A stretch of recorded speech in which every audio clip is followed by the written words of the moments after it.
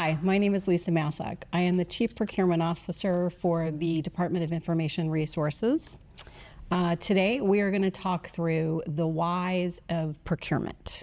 Many of you executive leaders often question your staff when they come to you with their frustrations when it surrounds IT procurement in particular. Today, we're going to get to some of the challenges, some of the solutions, and how DIR can help you meet your agency's needs.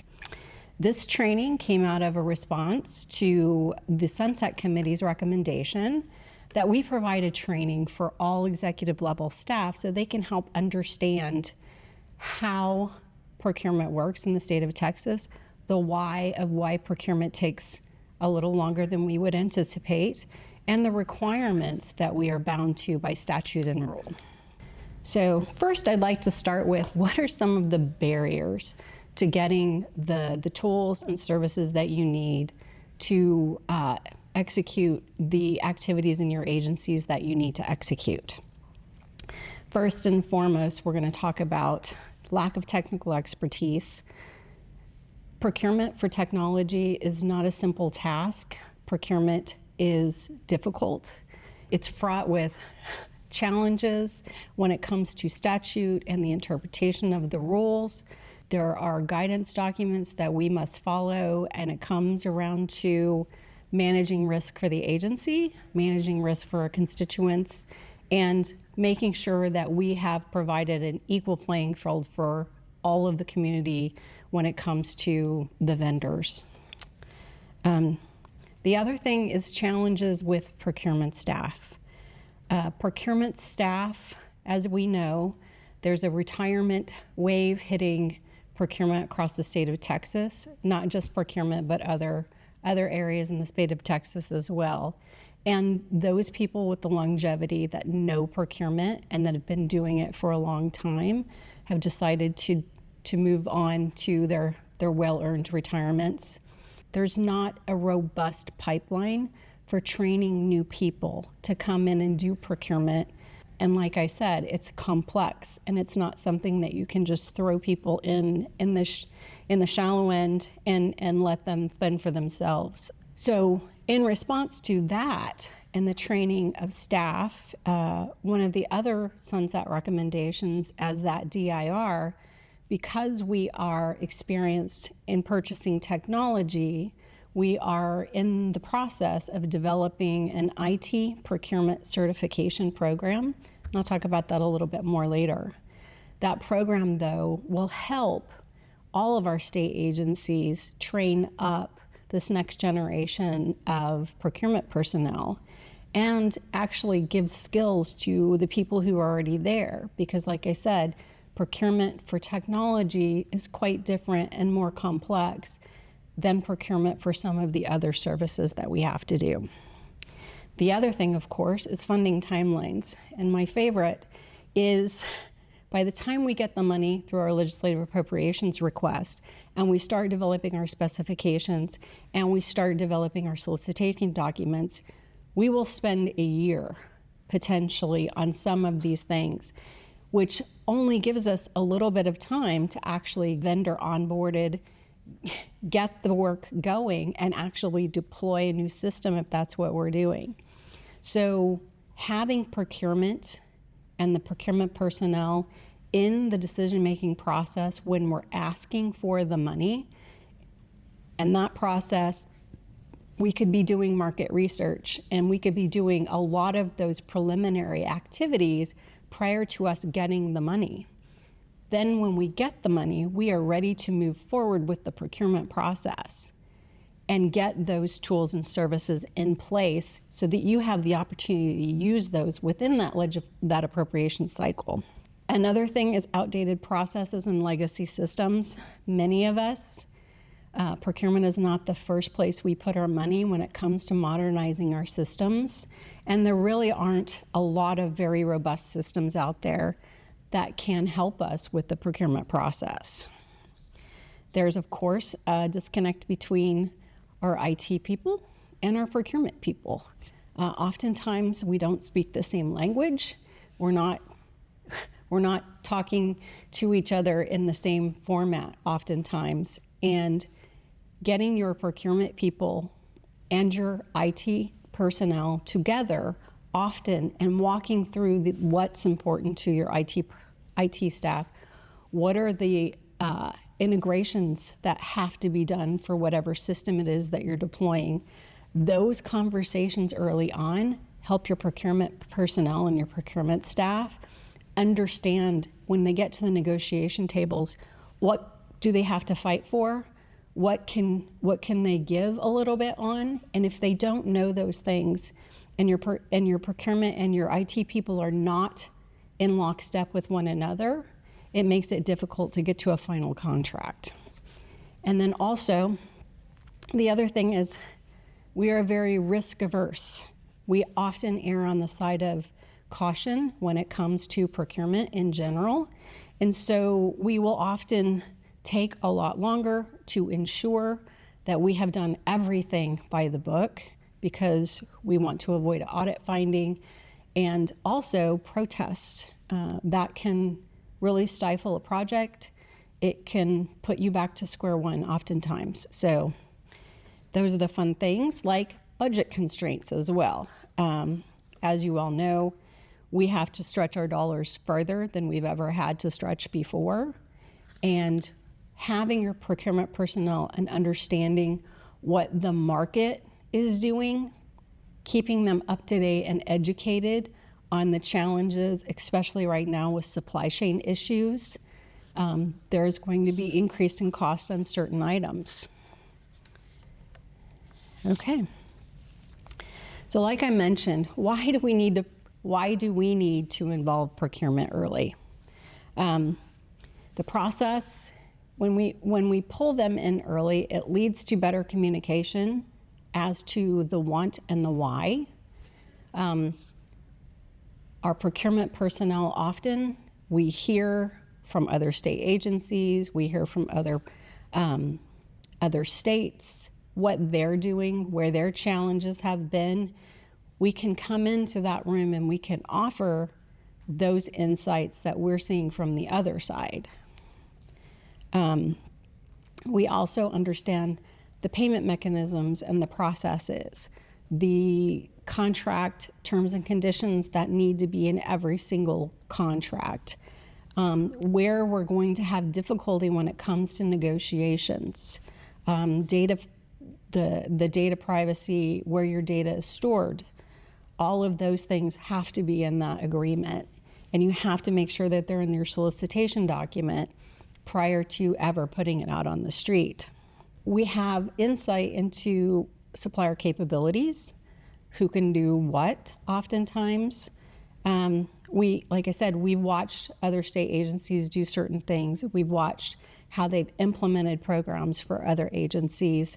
And like I said, we do talk to other state personnel when we go to conferences, things like that. And it's really interesting to see what other states have implemented and done there. And then also, you need to make sure that you have your contract management and vendor management well defined in your negotiation process. Those go together, and you cannot manage a contract without clear communication to your vendor. Okay, now I'm getting to the why. Why does it take so long, and why is it so complicated? Texas Government Code 2155 is where the procurement statute starts for all purchasers. That's the general purchasing code. It then defines if you are purchasing what we call Automated Information System, or AIS, as defined in statute. It points you to 2157. Now, that does not mean that everything in 2155 goes away. You still must adhere to 2155, except for the items that adhere to 2157 as defined. So you still must follow that general process in 2155. State provides a myriad of purchasing methods and opportunities. For technology, they have designated, however, the request for offer process. The request for offer process is almost identical to the RFP process. It helps us delineate what's a technology purchase and what is not. 2157.068 requires statutorily that state agencies purchase off of DIR contracts for technology commodities, services, and telecommunications. Telecommunications is in 2170. Most of those cooperative contracts, and I'll go through all of the cooperative contracts in a few minutes. The cooperative contracts are competitively bid. They are recognized by the federal government as competitively bid. We meet all of the procurement requirements when we solicit and execute those contracts. They have all of the required state terms and conditions in them. And they have very favorable terms to state agencies. And we have potentially roughly 48 other states utilizing DIR contracts because of the favorable pricing and the favorable terms. Now I'll get to 2170, which is the telecommunications code. And that says that telecom services are required to be purchased through DIR. Now we have many options for state agencies. Phone. Wireless telecommunications, low orbit satellite communications, all of those things are in there as well. And then we further define in TAC 212, when you're purchasing services through DIR cooperative contracts, any statement of work over $50,000 must be reviewed by DIR to ensure that the agency that's utilizing that contract has adhered to the agreement that DIR has put in place with that vendor. So we are looking to ensure that the statement of work that you're requesting matches what we've negotiated. We are not there to tell you what to do or what not to do. We are trying to make sure that we align with what the contract states and is negotiated there. Okay, we're going to talk about a little bit about DIR service delivery and what DIR has been tasked to do in statute. First of all, is we will start with policy and planning. DIR is responsible for the IT strategic plan for the state of Texas, knowing what that plan is for the next year and projecting out 3 years and often 5 years down the road. DIR provides IT standards for the state of Texas and also is a resource for you and your customers to help set technology standards for your own agency. State leadership's always interested in knowing what's going on with technology, and we're constantly reporting to the state legislature on technology. Next one, we will go to what we call the do-it-yourself model, and that's the cooperative contracts that I talked about a little bit earlier. You utilize our contracts, and you go buy it yourself. We've provided you the mechanism to do that. You have the opportunity to select from any of the contracts that are posted on our website. Many of our state agencies utilize our contracts for software as a service, deliverable-based IT services. We have IT staffing augmentation contracts. We also, and I will talk about bulk purchases later, we will often take the opportunity to negotiate additional discounts through a bulk purchase. And then communications. DIR runs the Capitol Complex telephone system. If you work in or near the Capitol, or call your legislator, you're using the DIR telecommunications system. The CCTS is a product of DIR. We're also responsible for the state agency internet. We just upgraded that last year, and all of our customers are available to use that. So when I talk about do it yourself, there's the opposite to that coin where we do it for you. And that's our outsourced managed IT services, or what we call shared technology services. These services require an agreement with DIR and include our data center services, texas.gov portal.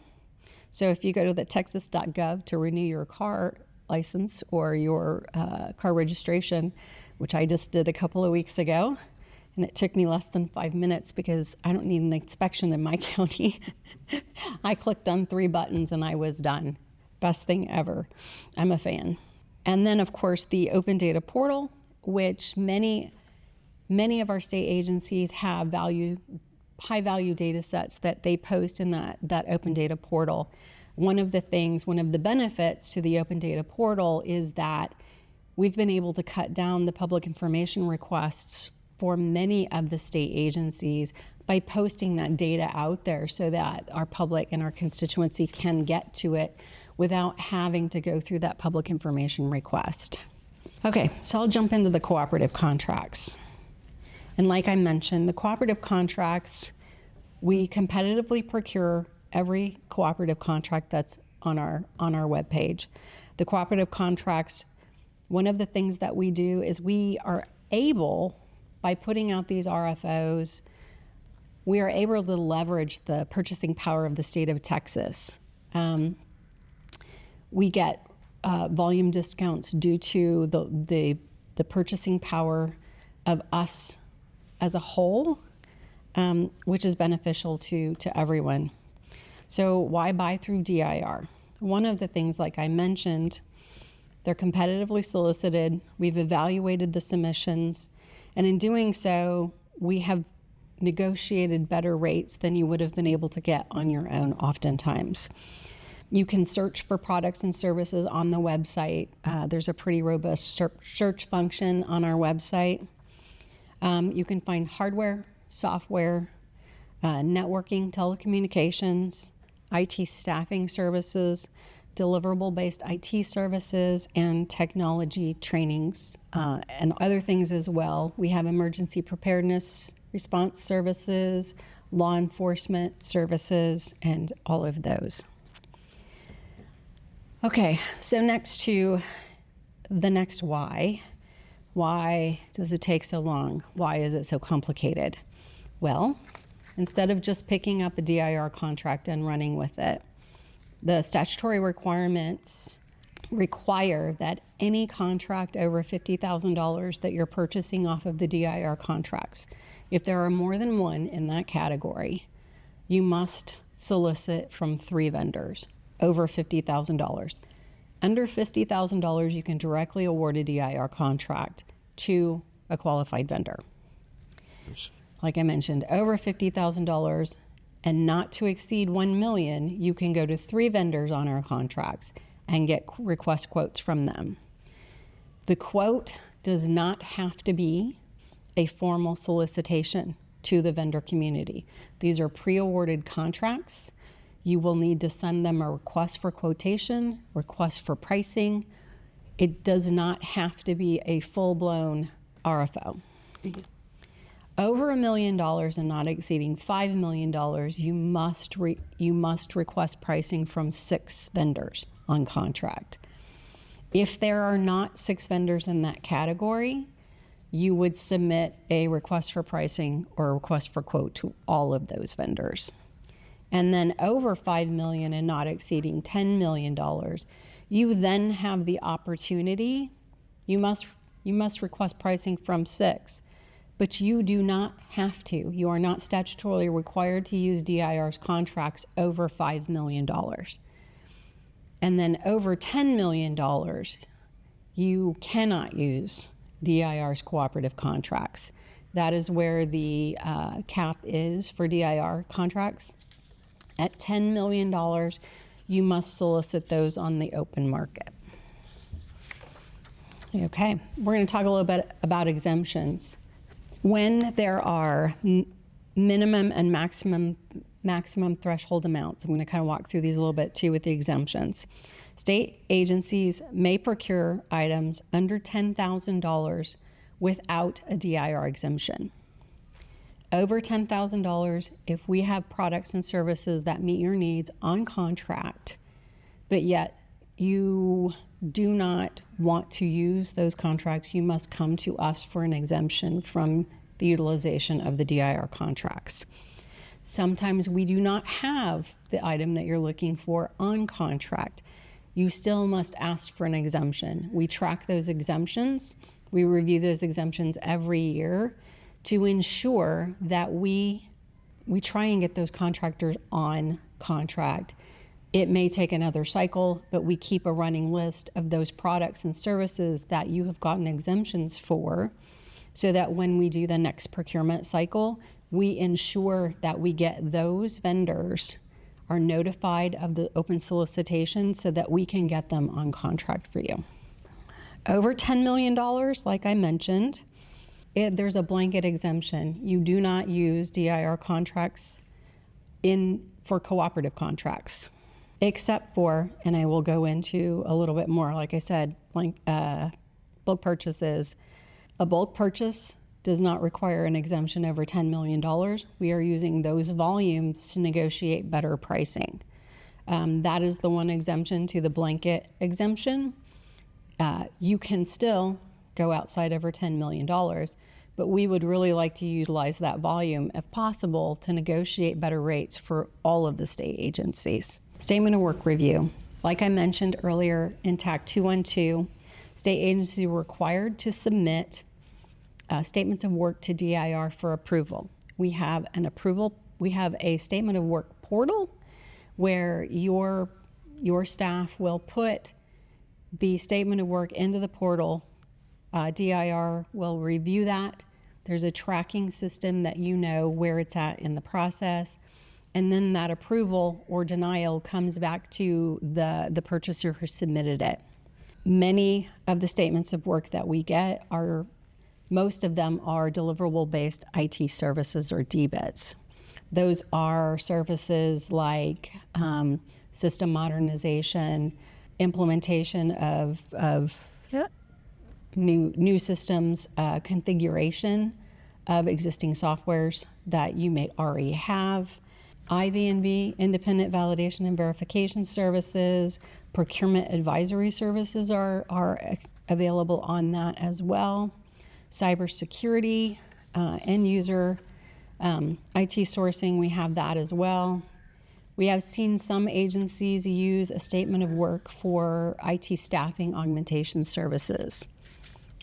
It speeds up the process for that particular agency where they're working with one vendor to meet their IT staffing needs. Perfect. And then, of course, complex services like hardware customizations, integrations, and project solutions. Okay, my favorite thing, bulk purchase agreements. Like I mentioned before, it's exciting to see the ability to leverage a large purchase from one agency. And I can give you a real-world example of this. In my previous life at another state agency, we were doing a laptop refresh for our agency. We came to DIR as a customer and said, we need to buy 6,000 units. We have X amount of dollars. We would like this configuration. DIR then took that to the manufacturers on contract, and they said, here's the configuration that this particular customer wants. They need 6,000 units. How can we get a bigger discount off of that contract? They were able to save roughly $200 per unit on those machines, and the agency I was previously with, we saved $1.2 million off of that purchase. But because we did that, our purchase enabled other agencies to purchase at that rate, so they were able to get the same machine for the same discount. So we were able to not only help our agency, but we helped quite a few other agencies during that process. And again, there is no $10 million cap on bulk purchases. And the next one is the We Do It For You model, or the DIR Shared Technology Services model. We've negotiated multi-sourcing services integrator within our Shared Technology Services model. The Shared Technology Services program lets customers obtain secure, professionally managed technology through the state rather than building, buying, or staffing each of these capabilities alone. By pooling demand across Texas government, STS delivers enterprise scale pricing, consistent security and accountability, and predictable service, freeing agency leaders to focus resources on mission rather than infrastructure. The multi-sourcing model, instead of relying on a single prime vendor, DIR contracts with multiple specialized providers and uses an integrator to make them operate as one seamless service. The result is a best-in-breed flexibility with a single point of accountability for delivery, service levels, and results. So let me go into each of these individually. So the MSI, the operational backbone of the model. The MSI integrates and manages the multi-service providers behind SES. So customers experience one coordinated service with unified governance, performance management, and a single point of accountability across the environment. They also provide the marketplace, service management, business management, operations management. And so when you're in the program, you get one invoice from one vendor. The next one is data center services. And within data center services, we have the Texas Private Cloud, the Public Cloud Manager, mainframe services, technology solution services, print mail, and digitization and security operations. The shared infrastructure in DCS runs the state's most critical workloads, the server, mainframe, network, data center, and print mail. With private public cloud options, agencies gain resilient, secure hosting and built-in disaster recovery without the capital costs of operating their own data centers. And like I mentioned, within that, a small explanation, Texas Private Cloud is our data center with it. We have multiple data centers throughout the state. The Public Cloud Manager is the state's public cloud. Mainframe services were also housed within the data center. Technology Solution Services, want to hit on this. Technology Solution Services are application development services within the environment where agencies can come in and they will do application development on your behalf within our environment. We now have 3 vendors within that model instead of the one we had previously, which should bring costs down and speed to delivery much faster. Print mail, as we mentioned earlier, anything that you mail out, anything that you need scanned is all housed within our print mail services. And then security operations within our environment to manage and protect the environment for the state. The next tower is the Texas.gov tower. It's the state's official front door for citizens and businesses. Texas.gov enables online transactions, licensing, and payments through a secure, accessible experience, integrated with the comptroller, designed to meet or exceed state requirements for accessibility, security, and privacy. Within that is payment processing, digital government solutions, and Texas by Texas Digital Assistant. We do have one experience to talk about there. Texas.gov, like we mentioned, is the state's front door. It is your access to state government. Behind that wall, we have multiple agencies connected. And again, we link to their websites, we link to their content through that. Within that portal or within that tower, we have payment processing. We've just transitioned to a new payment processor. And so many of the state agencies are using that to connect their payments to the websites. The next one is managed security services. It is a strong, consistent management of state data security as a shared offering. MSS gives agencies enterprise-grade monitoring, threat detection, incident response, and risk management, raising the security posture of the state government at a shared cost, without each organization funding a full security operation alone. A lot of the services contained in that are endpoint detection, network detection, and incident response services. The next tower is Texas Identity Access Management. It's a shared platform for identity and access management with multi-factor authentication and single sign-on. It provides a single trusted digital identity for DIR customers. It streamlines identity proofing and verification and lets budget-constrained agencies strengthen access controls through enterprise identity access management and MFA. And then the next one is our open data portal.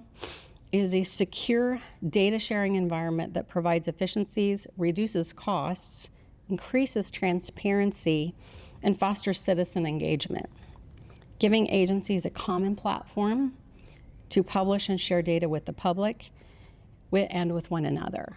One of the benefits to this is we've seen a significant reduction in public information requests for those agencies who publish high-value data sets on the data portal.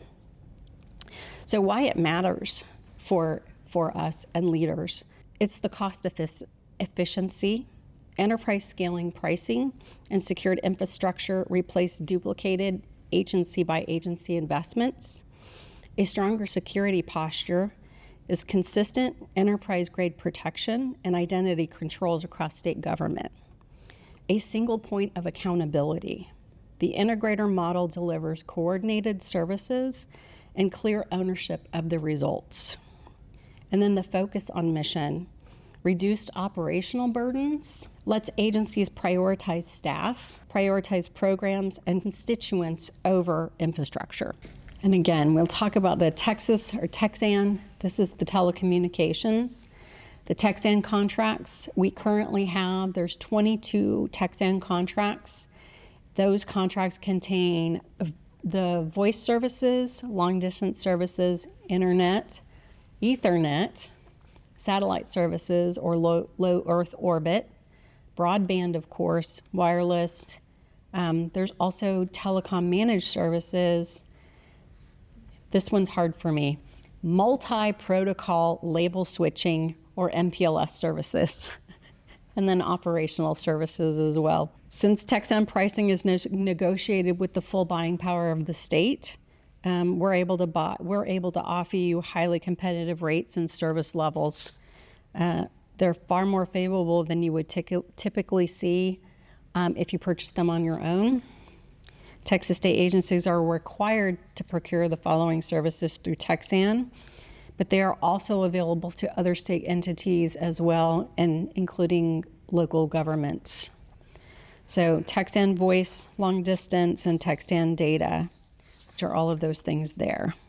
Next thing, TexRamp services. Many of you know that if you are purchasing cloud services from any of the cloud service providers, or if you're purchasing a software as a service that resides in the cloud, that product must be TexRamp certified.